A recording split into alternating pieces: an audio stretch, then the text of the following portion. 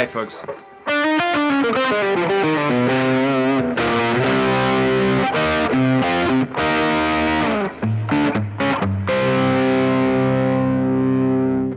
Sunday evening here in Wellington, New Zealand. Greetings everybody. It's just about 7 o'clock. It's been a pretty full-on weekend with the Wellington Jazz Festival on. I had 3 gigs, so I did my double drummer gig on Friday night, took this guitar. And then I did a jazz quartet gig on the Saturday. I took the SCO guitar for that and a couple of amps, and I'll discuss that later on. And then I had the jam session, which was later on, which was interesting. So, yeah, what do you think about the background? It's just the acoustic panels. These are acoustic treated panels, which made a massive difference in this space. So, yeah. It's a stunning day in Wellington today. It's about 22 degrees Celsius, which is, I don't know, in Fahrenheit. But let's just say that's pretty much as warm as it gets around here. Beautiful sunny day. So, yeah, it's kind of hard to be inside, but we just had a barbecue, and I had cider.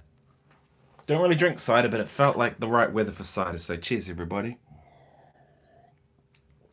This is a track, I'm going to play along to one. This is called Groovy Atmospheric Guitar Backing Track in C minor.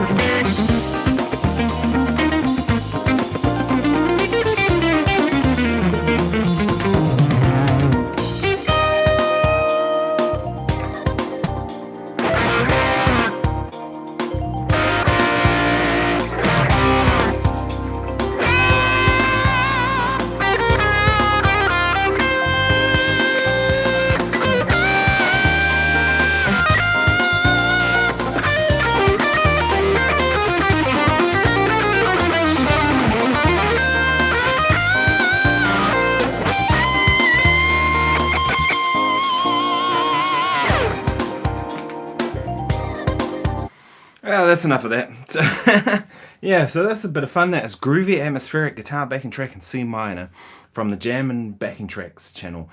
I often just mention which tracks I'm playing along to because it's easier than trying to link them below, because I often forget, to be honest. I'll say I'm going to link them, but I do when I do my regular videos, always try and link them below. But when it comes to these sort of live streams, you know, I'm not going to go back and watch them. Let's try and see if I can pull this up so I can see if any comments from people. So yeah, awesome weekend with Jazz Festival. Wellington Jazz Festival just goes off. It's really, there was heaps of people around. Like the whole place was vibing in Wellington. You see heaps of people were kind of out and seeing gigs, and you kind of go, well, this is kind of what can happen when you have an advertising budget. All right, people come to jazz gigs. My yesterday afternoon, the quartet gig I did, the place was pretty full, and there was lots of people there, and it was pretty cool. And the Jazz Festival really only puts on about 5 gigs. So they have Esperanza Spalding this year. They have they brought over this Australian guy. I'm not sure if they did that or Australian High Commission or who did, but that's part of it. They got Marcus Miller, who I saw the other night, which was awesome. He was really great. Marcus was fantastic. And then they're doing a Hora Mai, which was last night, which is a Māori music thing, initiative, and then Louisa Williamson's thing, and then everything else is just local gigs that they include in the program, which really boosts it. Like, they've got a massive advertising budget, and it just shows you what can happen if you get a bit of advertising behind it. Oh, change strangers. There we go. Hey, Aucklander. Oh, okay. I know lots of people will leave Auckland, right?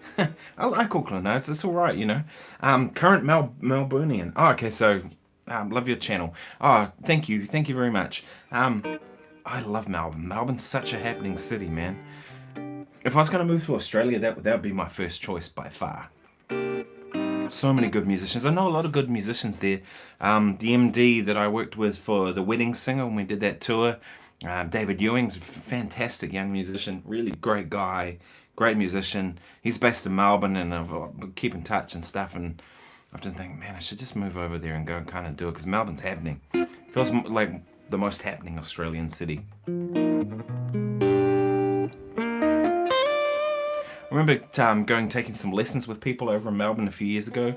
I took a lesson with Jeff Hughes, who's actually a Kiwi, but based in Melbourne. I think he was teaching at the VCA, Victoria College of Arts. And I took a lesson with Steve Magnuson, who's a really great Melbourne guitar player. Steve was probably one of the first jazz guys I saw who played a solid body Paul Reed Smith like this. Like, with a straight ahead guitar sound. He sounded killer. Like, it was just amazing.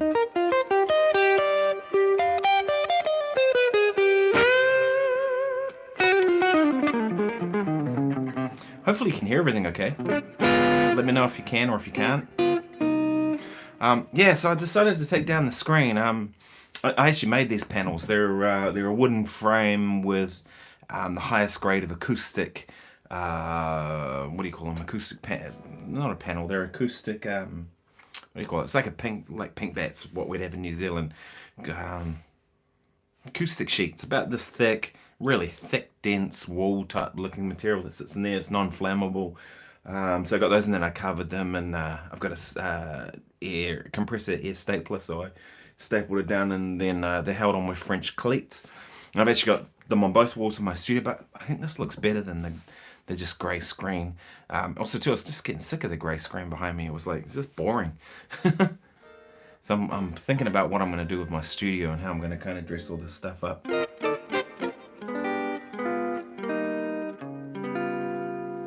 Yeah, it's been an interesting thing this weekend with a couple of the gigs.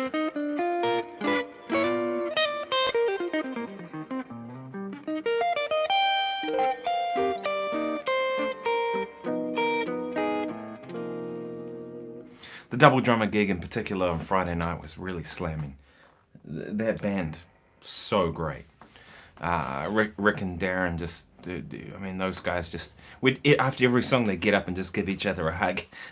Because there's that much kind of love and respect for each other, they really, really do think the world of each other, and they played their asses off. It was incredible. Like, I was under no illusion that it had anything to do with guitar. You know what I mean? Like, we set the drum kits up like right in the middle of the stage and almost right at the front of the stage, and then guitar was kind of tucked off to the side and keyboard was tucked off to the side, because really it was all about that, right? But I got some, nice compliments about my playing. Good buddy of mine, Dean Hunter, really great local guitar player, came and told me how inspiring it was afterwards. So that's always nice to hear, especially with someone like that who you respect and you kind of know he's a bad dude. I've known him a long time, and He's always played great.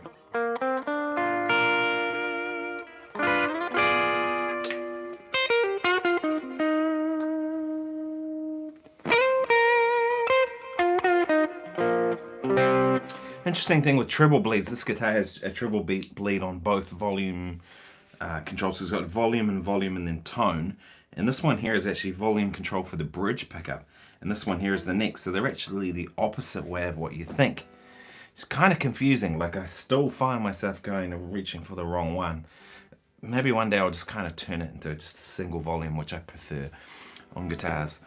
And I've never liked this push-pull thing. It's kind of hard to grip. So I actually took my one and I scratched it all up with a screwdriver just to kind of a little bit hoary, but it I can at least grab it. But maybe I'll turn that into a switch, would be better. And then make that, like, probably ideally I'd have volume, tone, and then a toggle switch in that hole. But it is quite nice in some ways to have the two pickup controls.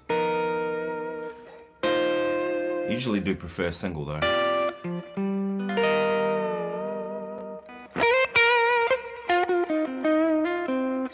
And the thing with this is that's interesting is that because you have that treble bleed on there, and a really good treble bleed, I'd love to know what values they used. I kind of looked it up and I didn't really find anything conclusive. I saw some people have their own kind of theories on it.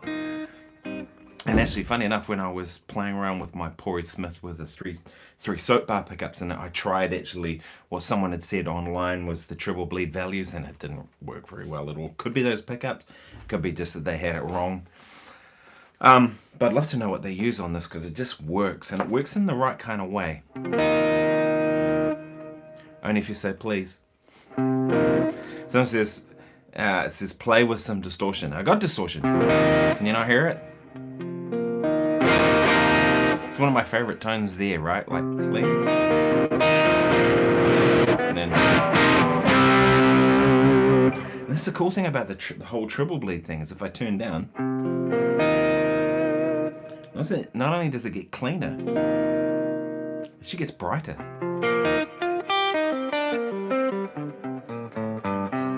So like a neck pickup, which could be really really muddy, you know, again, only if you say please.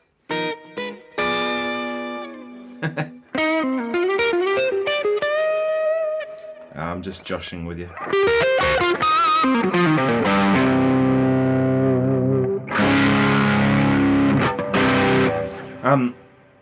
But yeah, so if you turn down, you're actually getting brighter, so you kind of clear up that.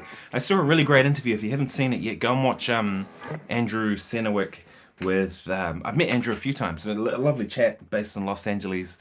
I kind of know him through some people, so we kind of met up at the Baked Potato when he was playing there one night. Kind of kept in touch online and stuff. And but he was on Vertex, the Vertex channel. And he was talking about some of the sessions he did. I didn't know that he played on that song "Let It Go," the Frozen soundtrack, right? Yeah. Our question here: do we need to learn jazz to improve our playing? I don't think so at all, right? There are loads of great guitar players that don't play jazz at all, right? Steve Vai, for example, doesn't really play jazz. You know what I mean? Could he? Yeah, sure. He could learn the music if he wanted to, but it's not really part of what he does. So, you know, I don't think you have to. But hey, there's no bad thing about learning jazz. I mean, the thing with jazz is it's really, to me, what I see jazz is improvised music. So if you learn to improvise, that's only going to help everything you do, regardless of whether you want to play jazz or not. So I would say, yeah, go for it, man. Check this tone out. Now, I jumped on this on Friday night had my little Fender FR10 next to me. And I had it loud and even then the keyboard player was like, man, I couldn't hear you all that well, but it was loud. Like I had that thing kind of cranking out. But it was awesome. And I had the sound here, which is the Friedman, but I've put a Timmy in front of it, so you get more drive.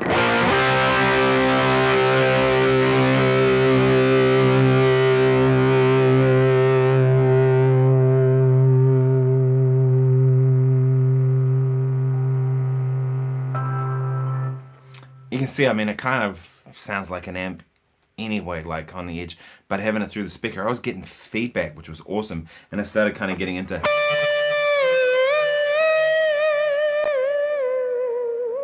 fractal. I use the fractal stuff. So at the moment you're hearing an FM9.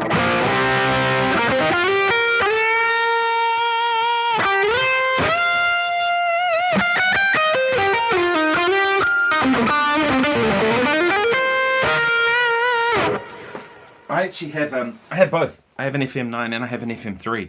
I always say to people, like, get the FM3. This is the one to get. The FM9's great, you know, it has more options, but 99% of people, this is all you need. Seriously. People go, oh, but, you know, maybe I might want to be able to run 2 amp models. Really? I don't. This does one, and I just want one that sounds good, right?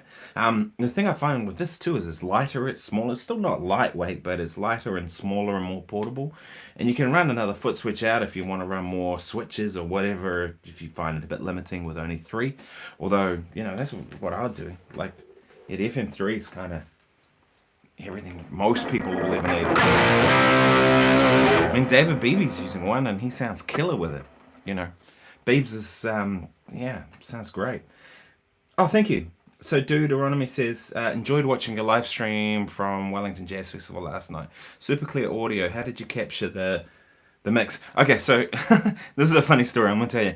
So I brought my little tripod thing with my GoPro. I've got a DJI Osmo. It's like a GoPro. And I was trying to find somewhere to put it, and I just couldn't find anywhere to kind of put it. And it's magnetized on the bottom, so I was like trying to clip it onto things that were metal, just couldn't do anything. And then in the end, I kind of just stuck it on my music stand in front of me. And then so I turned it on, set it to record, and it said no SD card in it. And I was like, you idiot. What a dumb thing to do, to forget to put an SD card in it. So I get my phone out, I'm like, oh, well, I might as well just live stream it. So I get my phone out, and I just chuck it on the music stand next to me. So it was just on the music stand in front of the band, you know what I mean? Like, facing at me. But it was funny, someone left a comment and said, quit staring at the camera and start, like, engaging with the band. And what it was because I had a music stand, I had my music next to it and my iPhone next to it, live streaming it, was that the music, I was reading the music in places, you know, because I don't play that music very, very often. You know, it's, I probably haven't played that stuff, some of it, since I even recorded it. So I was, yeah, I was actually reading the music, but I thought I was staring into the camera. How funny. Question here. Do you think the pickups are good enough, or does it need to change? No, these pickups are amazing. I'm just going to leave these alone. They're really good. These are the standard Paul Reed Smith SE ones, whatever they are, and they sound great. Like, it's one of the things I like about this guitar so much is these.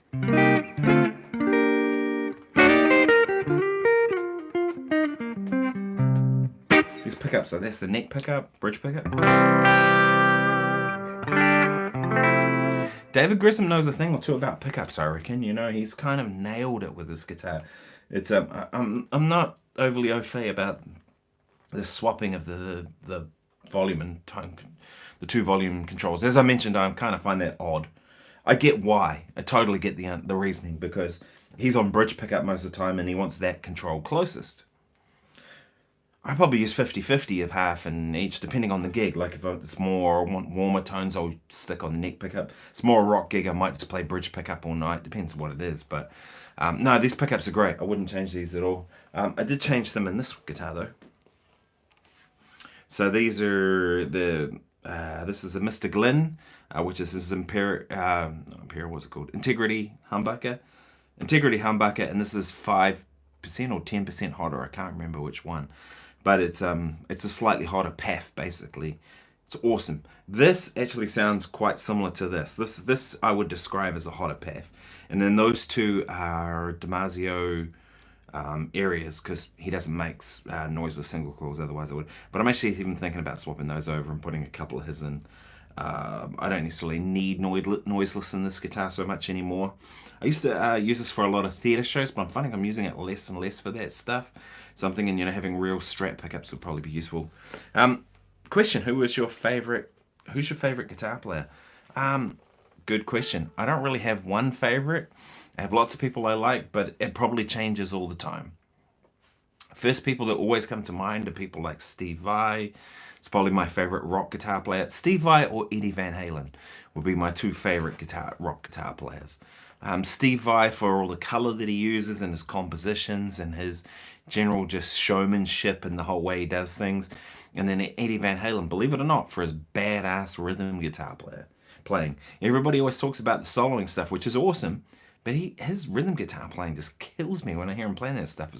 And again, great songs. So those are probably my two favorite rock guitar players. Old school favorite rock guitar players would be people like Jimi Hendrix. Hendrix still kills me. I hear that stuff and I just go. In fact, we were talking about that last night. There was a band on after us and they played Purple Haze. And they sounded great. That was really good. And a friend of mine said, imagine hearing this back in the day. For the first time. You've never heard. People were probably all on drugs or drinking or whatever at the time too. So if you haven't got a drink, grab a drink, join me. I'm going to play music, talk shit, and do what I usually do. I'll put on some backing tracks. If there's something you want to know about music, that's cool. It's been a pretty full-on weekend with Jazz Festival, as I mentioned.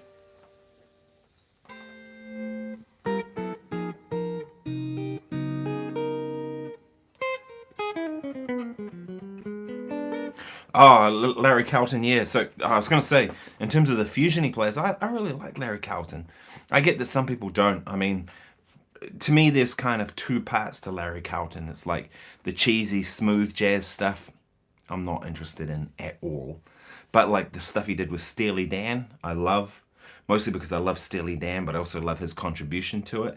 And actually, he had some select stuff in his album, like albums like Room 335, and I really like that Firewire album, and I like the stuff he did with Lee Ritenour, although it gets a little bit smooth jazz, but it's not too bad. I really like the stuff he did with Robin Ford and people like that. But I mean, one of my favorite guitar solos of all time would have to be Kid Charlemagne, right? Oh, it's awesome. You don't like Kid Charlemagne? Come on, man.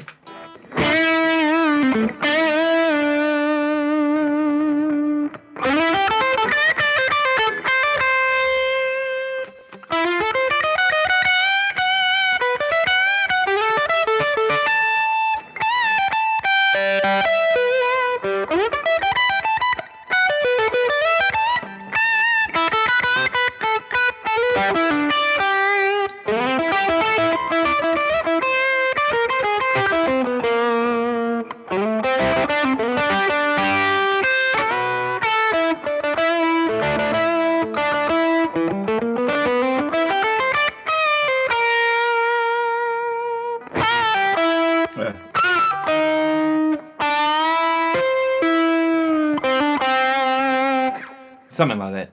It's so good. And I mean, like...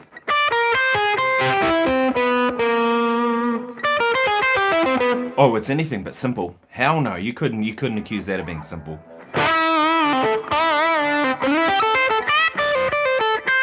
And then this. It's just magic how he gets through all those chord changes.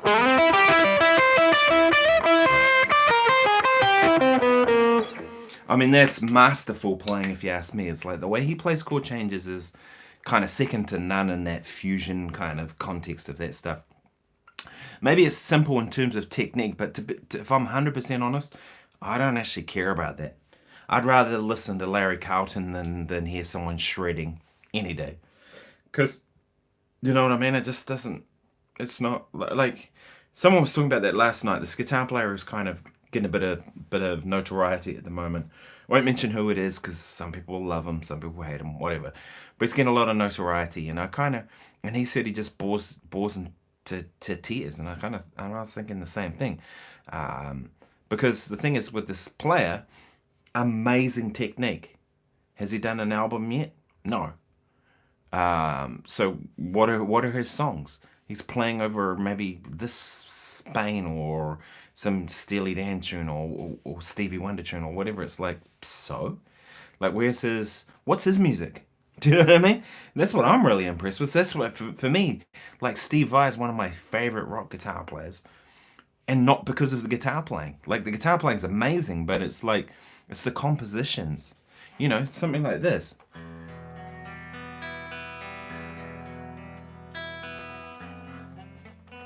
I'm never going to get that in this position.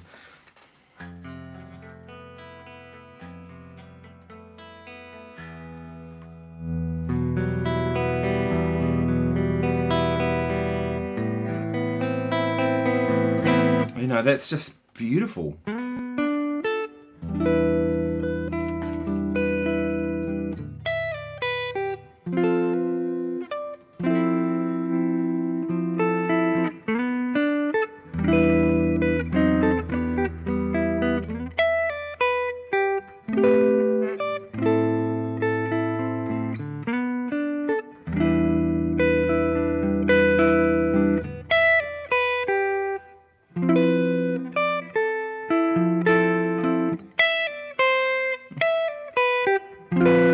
Oh, that should have been a C. And then...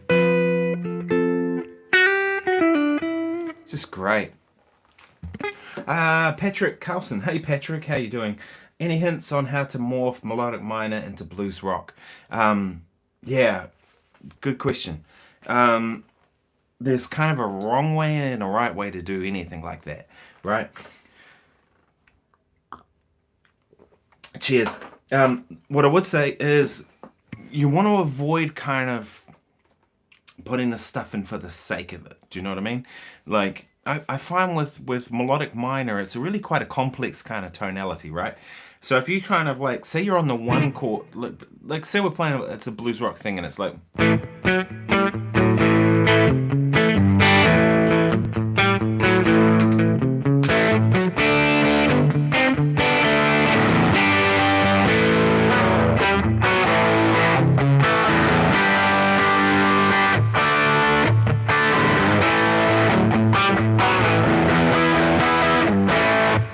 To me, that kind of just screaming out for someone to go.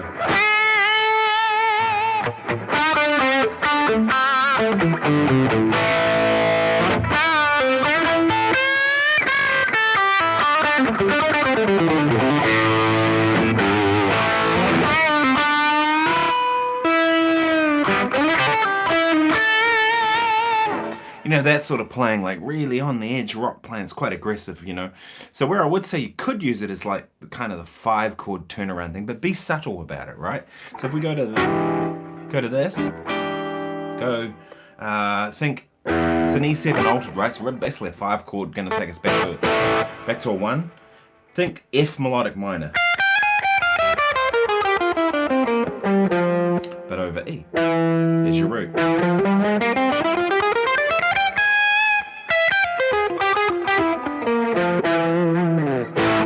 And the thing with that is that basically what you're doing is spelling out an altered chord, right? Which is basically 5-chord turnaround, taking you back to the 1.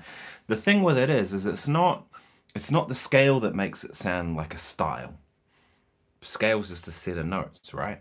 It's the phrasing, the articulation, basically the way you shape things, the tone you use, all those things that make give it a style.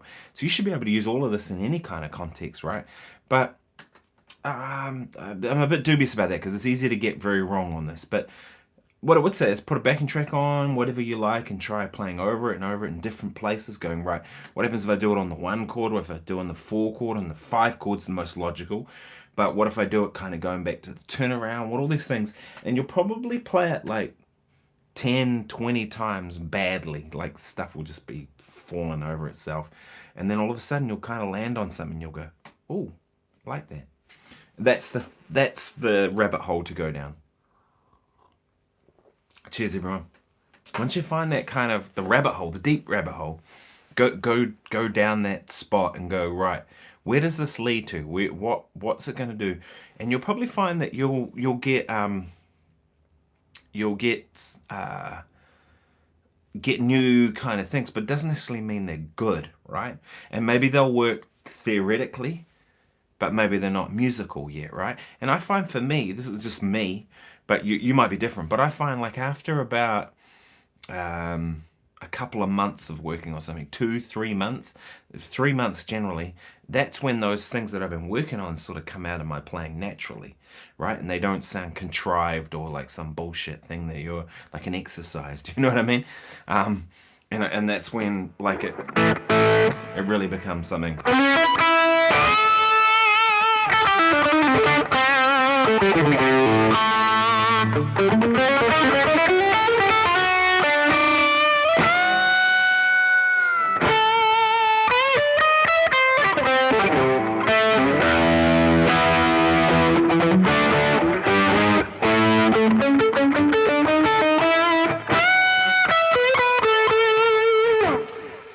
So a question here says, what do you think about John McLaughlin? Everyone says he's great, but I find him it extremely boring. Yeah, I kind of know what you mean. I think there's greatness, but there's also kind of elements of just overplaying for me. I don't like his guitar sound anymore. I think his guitar sound now is just horrid. Sorry if you do like it, but I don't. I hear stuff of him playing. I'm just like, it's the worst guitar sound. Don't know why. Like, what he has great guitars is. It's probably more kind of how his setup is. But I liked the raw sound that he had with Marienthal Orchestra. When it was like an SG into a Marshall and just cranked out, you know, that was when he had a good tone. But now I know tone not so much. But I always found with him that he overplayed. To me, it was always like a lot of notes and like right in your face. And I get that's a certain thing. What I did like about John McLaughlin though, was the music they played. I thought the Marienthal Orchestra was brilliant. Actually, for my music recital at music school, I actually played Dance of Mare. I don't know if I can remember, but it was something like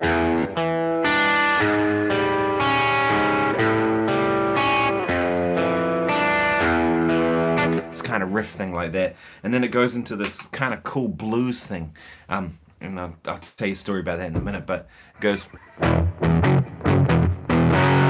that up a bit.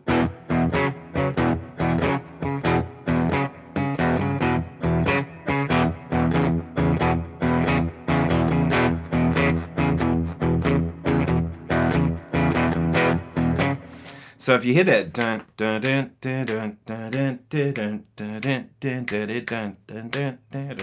right, it's got that little skip in it, but the time is not where you think it is. You can hear 3, 4, 1, 2, 1, 2, 3, 4. That's not the time. The time is actually the quarter note against that. So if you think of it as like, sorry, quarter note triplet. If you think of it as 1, 2, 3, 4, you think 1, 2, 3, 4, 5, 6, 7, 8, 9, 10, 1, and so it's like a 10, 10, 4 triplety groove, right? So 1, 2, 3. So it's like dun, dun, dun, dun, dun. If you're hearing it there, 1, 2, 3, 4, 5, 6, 7, 8, 9, 10. 1, 2, 3, 4. I can't. There's no way I'm going to be able to speak that. Speaking and playing is really tough. It's probably why I'm not a singer or a songwriter type person. So, but I remember there was this blues singer that got up, and this woman who was just like destroying the night, like making a real wreck of it. You know, she had no idea what she was doing. She was really obnoxious, and she'd had far too much to drink and was just being a pain in the ass. So I said to the band, well, let's just play that groove and kind of do that. So we went.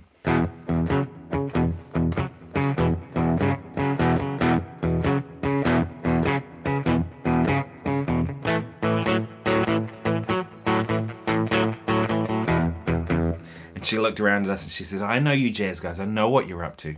And we were all like, no, you have no idea. But that's the nature of jam nights, right? You have a bit of fun. Patrick says, do you consider cage system in your playing? Yes, I do. Seems like quite a buzzword at the moment. Yeah, it does seem. I've seen yeah, I'd agree. I've seen a few people kind of talking about the cage system. The cage system's kind of been around for a while. I do look at it. I do use the cage system. I think it's a good system for how to look at it. For me, my whole philosophy is kind of try and come at everything from as many different angles as you can come, right? Like if there's, say this is the idea we want to get down, if this is cage system, what is the opposite of that? And what is straight down the middle of that? Do you know what I mean? So I like cage system. I also like kind of looking at the guitar in this direction. So if I take C major, for example, when I go C major.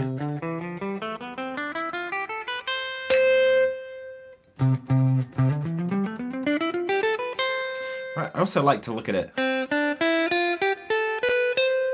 Or anywhere else it can kind of occur on the guitar neck. I want to know all those, right?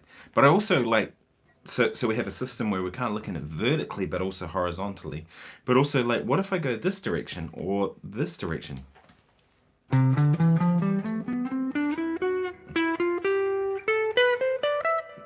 know I was going to run out of frets.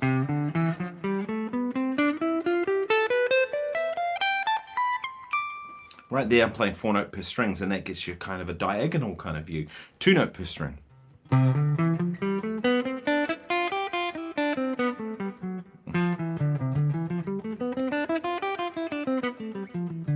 Should concentrate on what I'm actually playing instead of concentrating on what I'm saying. But that's 2-note per string, which takes me diagonally that way down the neck.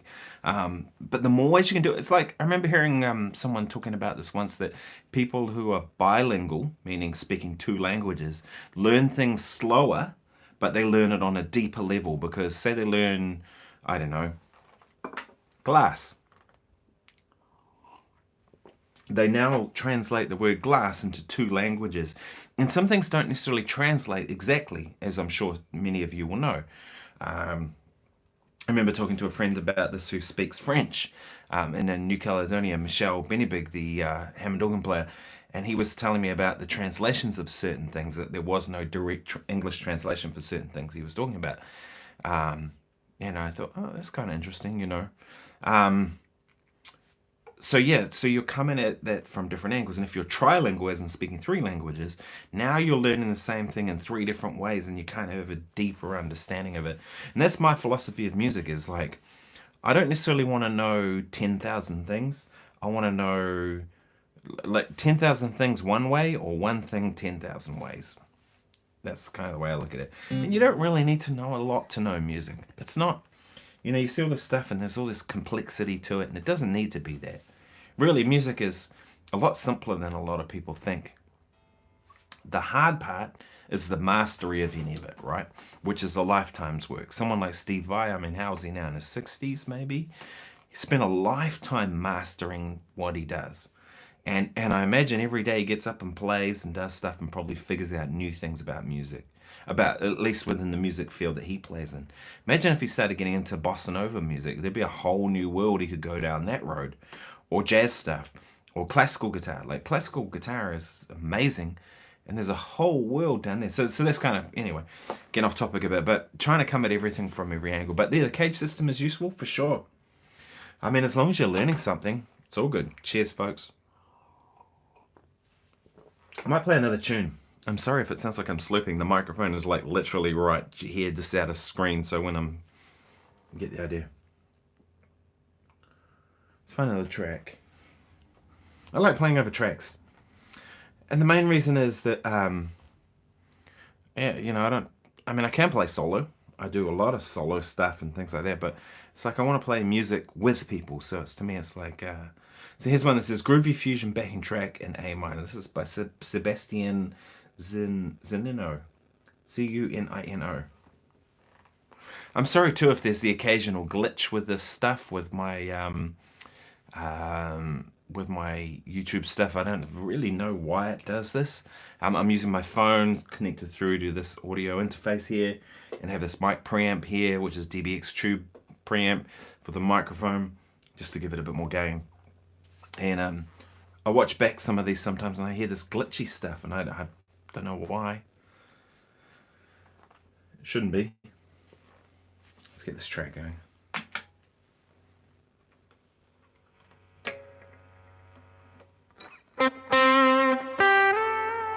Okay, so this is Groovy Fusion backing track in A minor by Sebastian Zunino.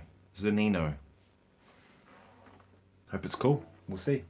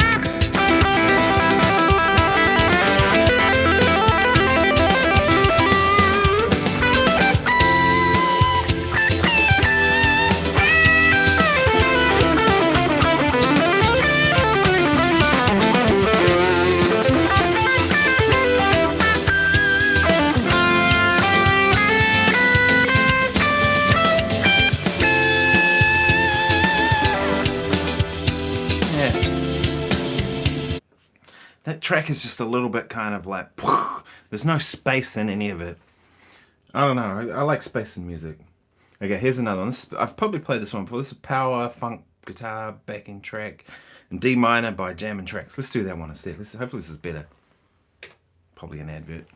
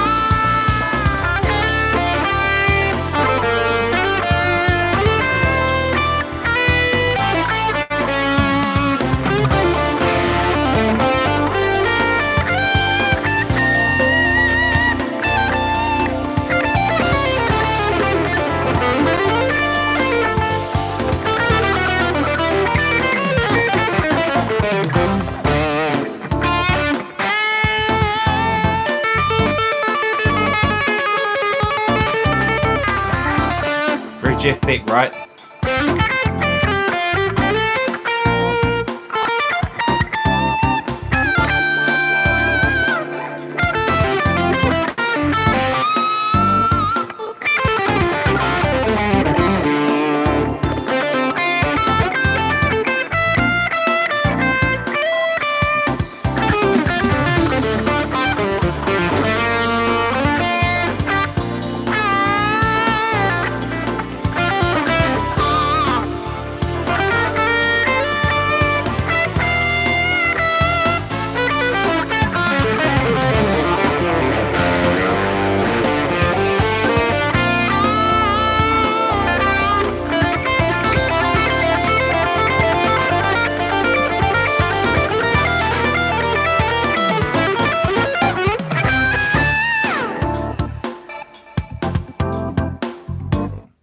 Automatically a better track, right? It's just way better. I don't like tracks that are kind of get too busy, like there's some of those feeling like they're kind of getting in the way instead of supporting, right?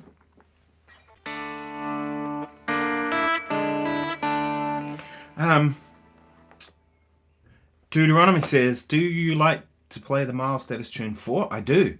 Pretty simple harmonically, but fast tempo to improvise over. I do like playing that tune. And there's sort of two versions of how that chord progression goes. If you've just joined me, please like the video. All that stuff helps. If you haven't subscribed, please do, because that's useful too. I really appreciate everyone being here. I do these live streams every Sunday. I post every day on my channel. And I've done that for this year, the entire year, which has been amazing. I'm amazed I've kept it up. Yeah, so 4.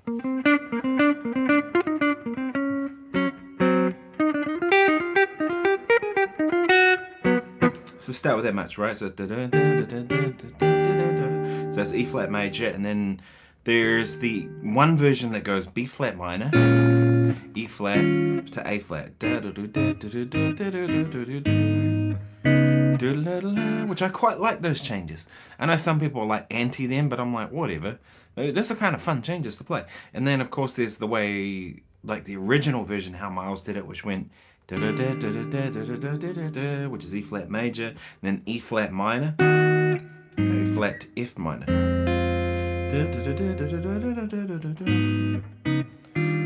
Right? So you need to know both of those, right? Because you never know who you're going to be playing with and which version they're going to do. Yeah, I like them both for different reasons, you know what I mean? But then the tricky bit, and this is actually an easy way to kind of solve the problem, is E flat major, and then it goes 2, 5, and E major, so up a step. And then goes back to the 2, 5 in the regular key.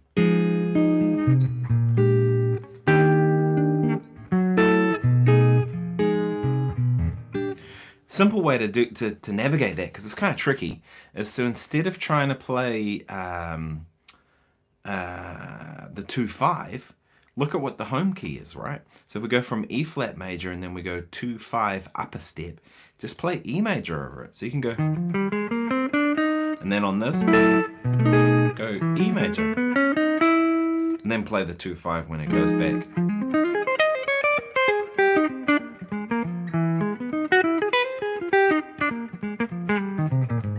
Put up on a track. I'll put on a backing track and I'll play you 4, and I'll demonstrate that.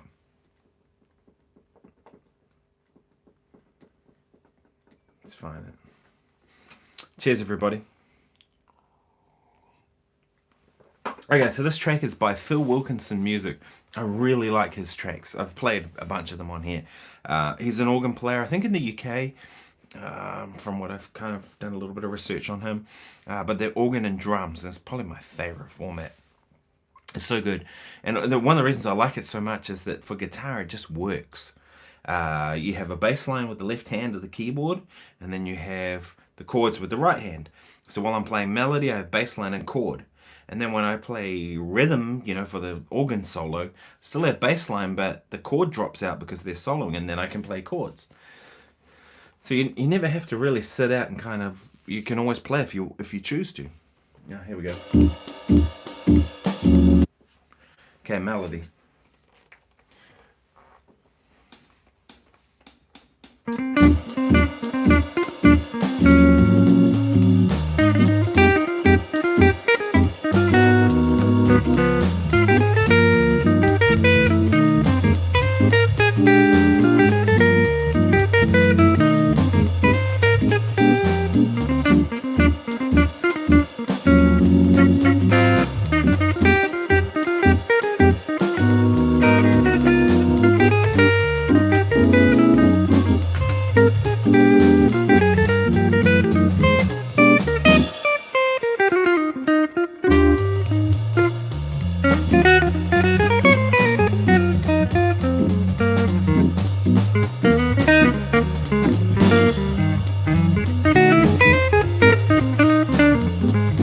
E flat, E,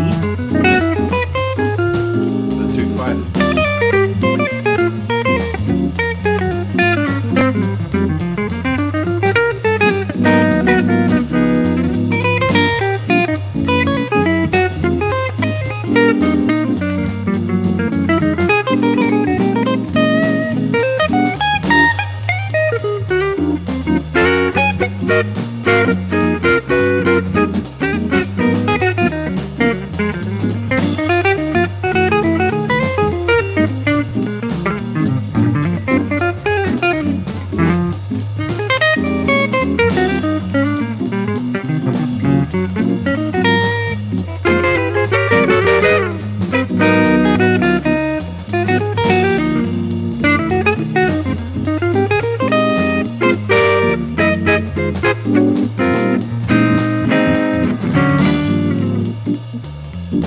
So you can see it's sort of one of those things that you just, if you think E flat and then instead of thinking the 2-5, just think.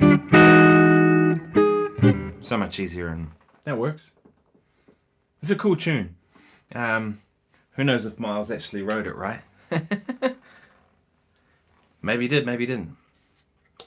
A lot of his tunes I think were plagiarized, but whatever. Oh, thank you. Thank you. I'm glad you enjoyed it. It's been really hot today. I jumped in the car today to take the dog for a walk, and car said it was 24 degrees in Wellington. Now I realise my Aussie mates amongst us that it's really stinking hot over there. You know, like I remember being in Perth and it was 42 degrees and just being like, whoo. Oh, thank you, Hassan.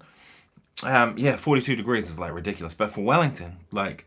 You know, especially at this time of year in springtime is usually greetings from Egypt. Wow, very cool, man. Welcome, greetings from Wellington. Springtime in Wellington is about 12 degrees, 15 degrees maximum, so to get 24 today was like whoo.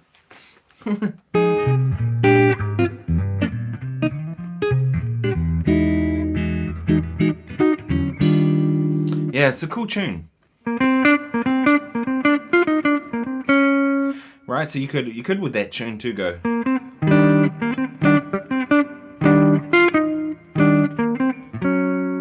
I'm trying to do that to demonstrate it. So you'd be like, when you hit the top note, you hit a E flat major 7 shell voicing. There's an E flat shell voicing that works well.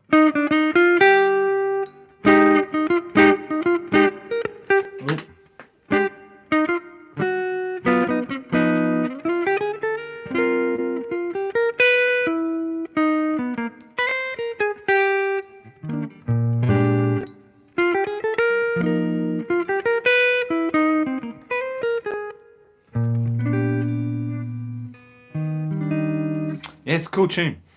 Man,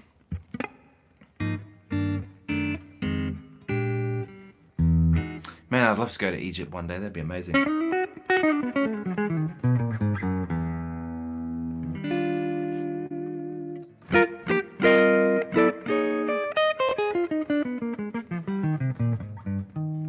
Yeah, so it's been a really interesting weekend.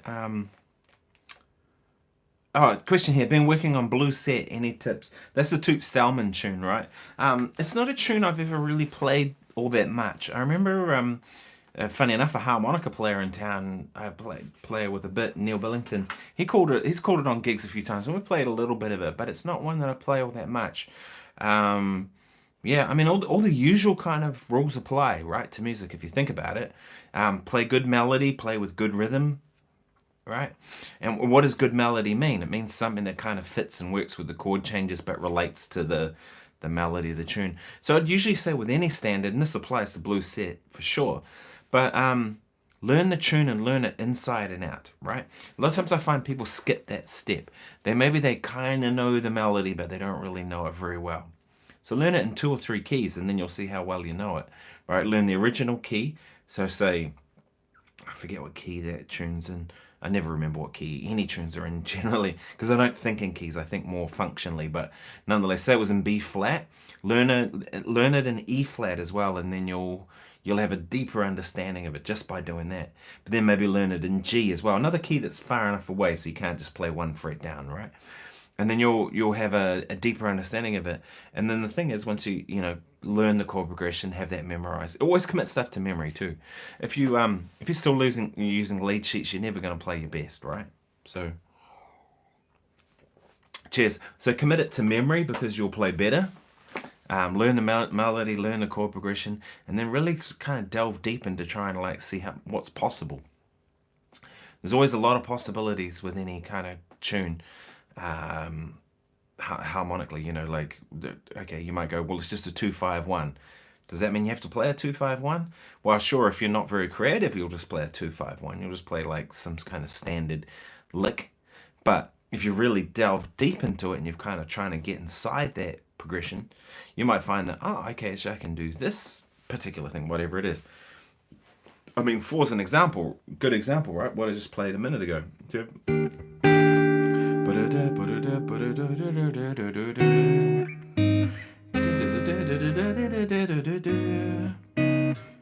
Right, even just that much of it, the first 8 bars or whatever it is, you could go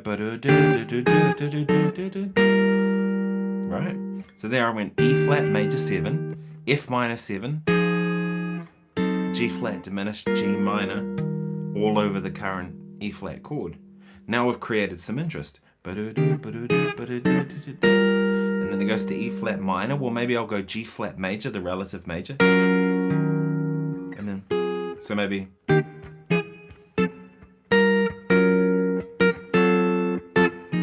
takes me the F minor chord, right? Instead of the F minor, maybe I'll go.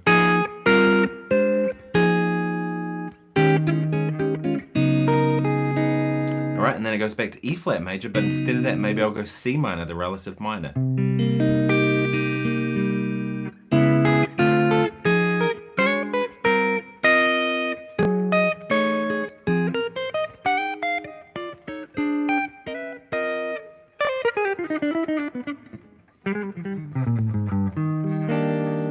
I'm reading your comments while kind of instead of focusing on playing. So, can you talk about some of the comping stuff you were throwing in during the solo.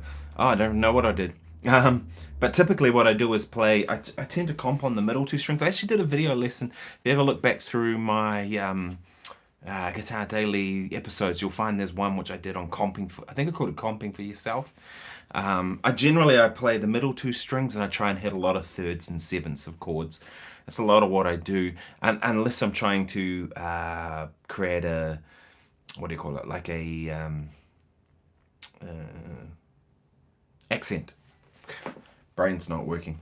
Tired. It's been a long weekend. So say like I'm just comping in amongst my solo, it might be like.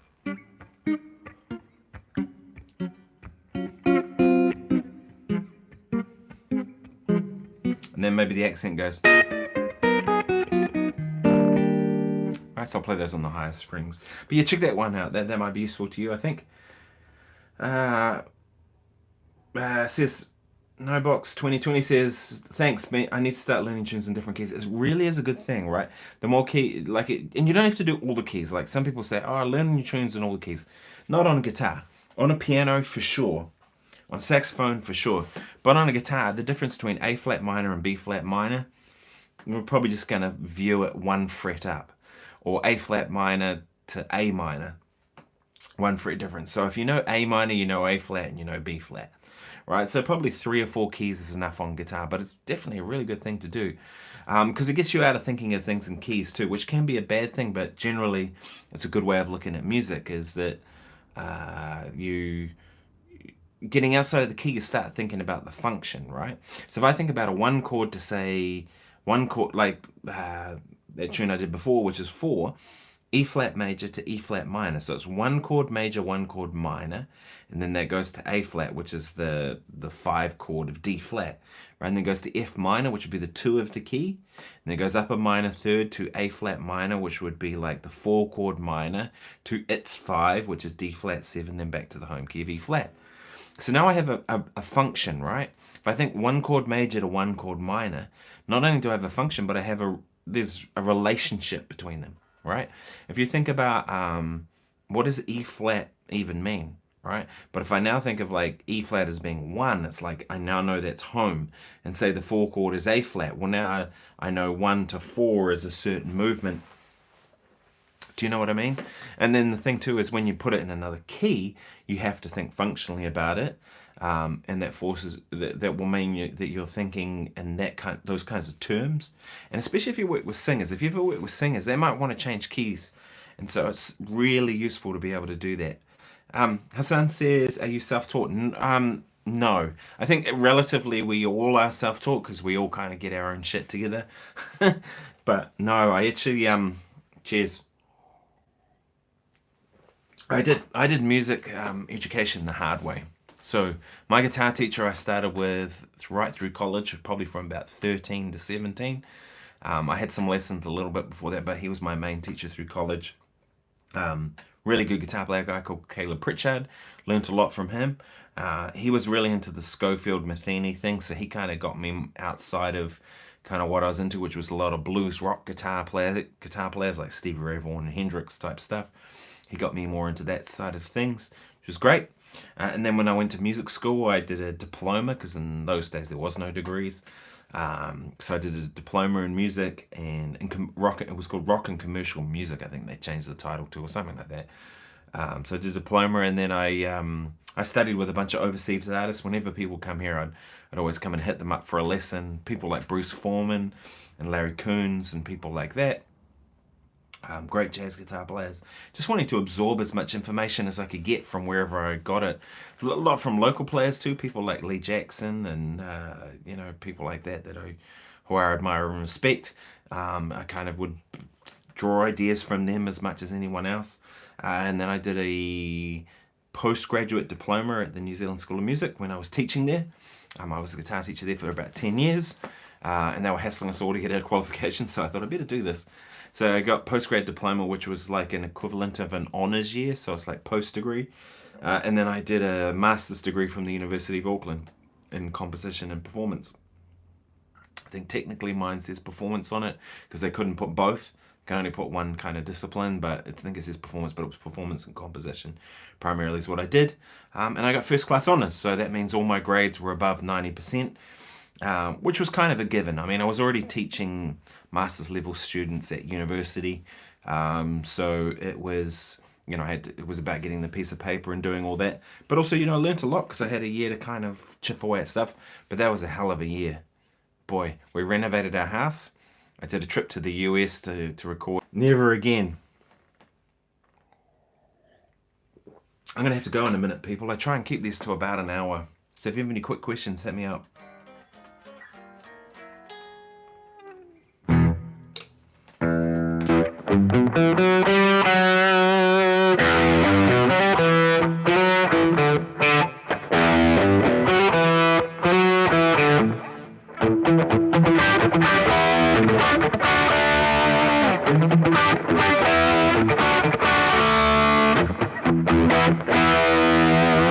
Great Steve Lukather.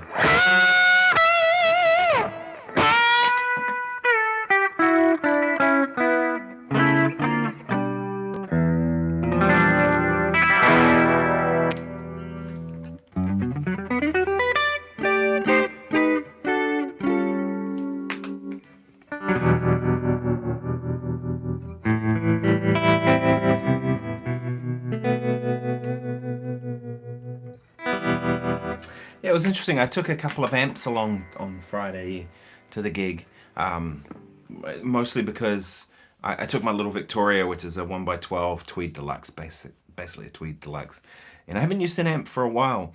And the reason I did is I knew they had a Blues Junior setup there, and I thought the Blues Junior is not going to cut it for doing the jazz gig that I want to do. Just not enough clean headroom, and I was thinking it's going to distort, and I wouldn't be able to handle that. So I took my amp and I ran them side by side. And also there was a jam set session later on. I thought, well, that gives us 2 amps, right, without the fractal for any kind of randoms, not really sure about what to do and how to cope with it. So I thought, I'll just bring an amp. Sorry, but I used an amp and I used a couple of pedals. I had a Flint OCD, I had the Dude on there, although I didn't use it. I had a tuner and I had an octave pedal. And it was interesting going back to that. You know, the first thing I noticed, surprisingly, was not like any kind of feel about the model or any of that kind of stuff that some people say. They say, oh, the modeler doesn't feel very good. Rubbish. You're probably just not monitoring it very well. If you have a really good FR, I actually find I can hear the modeler better than I can hear the amp most of the time. But anyway, that's another thing. But the thing I missed the most straight away was the reverb. The fractal reverbs are blimmin' awesome. And you know, the reverb in the Flint is just okay.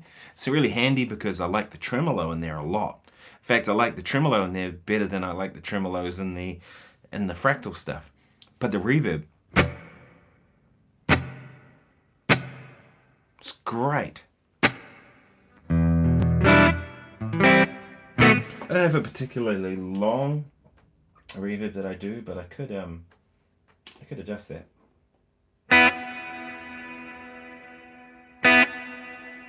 Here we go, that's a 4-second reverb. I'm going to turn it up a bit.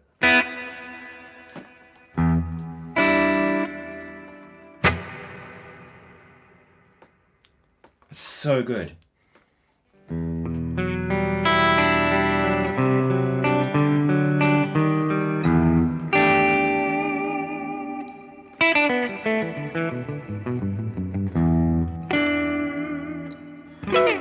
Yeah, I do need some ice for my cider. Good point. It definitely is getting warm. It's been an hour, so I'm going to have to wrap this up, people. I usually try and keep these to about an hour. Quick question here. So how do you use triads when soloing? Cheers. Lots of different ways. That's actually something I'm thinking about doing in a couple of lessons this week, but I'll give you a couple of quick ones. Think about triad pairs, right? If we're in the key of C, think like... Probably don't need that crazy reverb anymore. Let's go back to... No more reverb. Right, so let's go back to that. So, like a C major chord. You can play a C major triad, obviously, right? 1, 3, 5 of the chord. But also, if I think about it, the pair that I could play, I could play D major triad. right? Then we have the ninth, or the second, whichever way you want to look at that. The sharp 11, or the flat 5, and the 6, right? So I'll move that to another key. Let's go to E.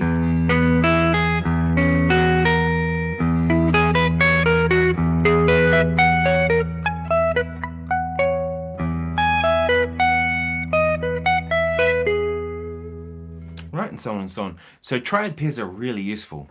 I implore you to kind of go down that road if you want to get into triads and soloing. It's a really great way of kind of spelling out some really cool colors. So yeah, triad pairs. If you have a look around on Google, like Google triad pairs, you'll find there's a whole heap of people done stuff on that. But actually thought about doing some stuff. Yeah. Oh, Simon, you here? Says, hi Nick, just coming around. Saw Cardinal Black last night. Oh, that's Chris Buck's band. He's great. I wanted to say Chris Buckland. There's a saxophone player in town called Chris Buckland. So Chris Buck and Chris Buckland are two different people, obviously. Yeah, I like Cardinal Black. From what I've seen on his channel, I think they sound pretty good. It's kind of blues rock band, and oh, and also really enjoyed your stream gig yesterday. Oh, thank you. Yeah, so I don't know why I just decided to do a couple of live streams. Just what the hell, like usually I try and leave the live stream to Sunday evening, but I thought, oh, I'll just jump on and do one. So I did one during the day, but I also did one on the gig where I just checked my phone up on the music stand and thought, it's going to be what it's going to be. And I was actually going to delete it. I thought I'll just stream it. Those who watch it, and then, whatever, don't kind of leave it around. But I had a lot of kind of complimentary feedback from people that said that they really like it. So I'm like, oh, well, I'll just leave it up there, whatever.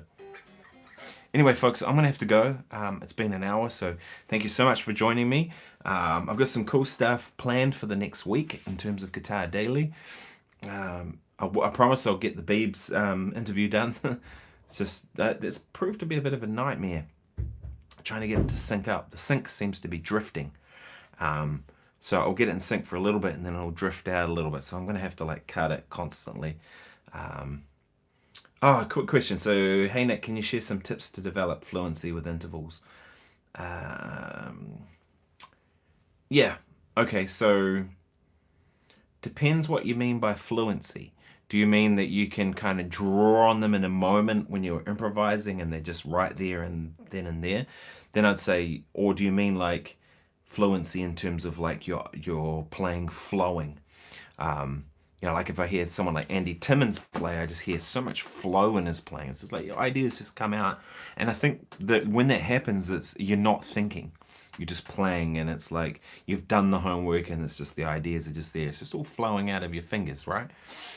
But in terms of practicing to get to that point, try practicing scales in the various different intervals. So take a C major scale.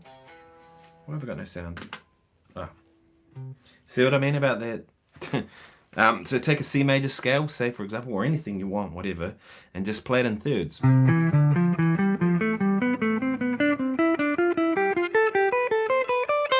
it backwards.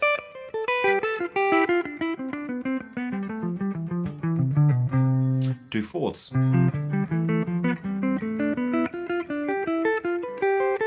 Backwards.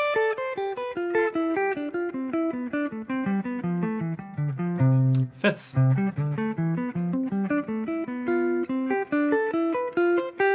And backwards.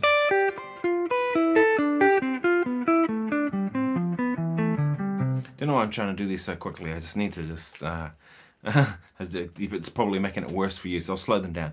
Sixths.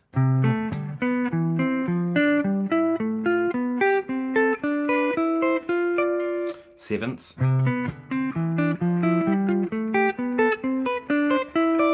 Octaves. Ninths. Tenths. And then try every second one backwards. So go back to thirds, for example. Go third, up a third. And instead of going that one there, which is a minor third in this instance, but it's the third that would fit the key, do it backwards.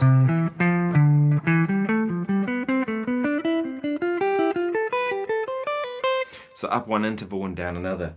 That's a good one to do. Try digital patterns. I think I did a video a little while ago, not too long ago actually, where I discussed digital patterns. So those are essentially just intervals. Give it a try. Anyway, I'm going to have to go. Thanks, folks. Catch you soon.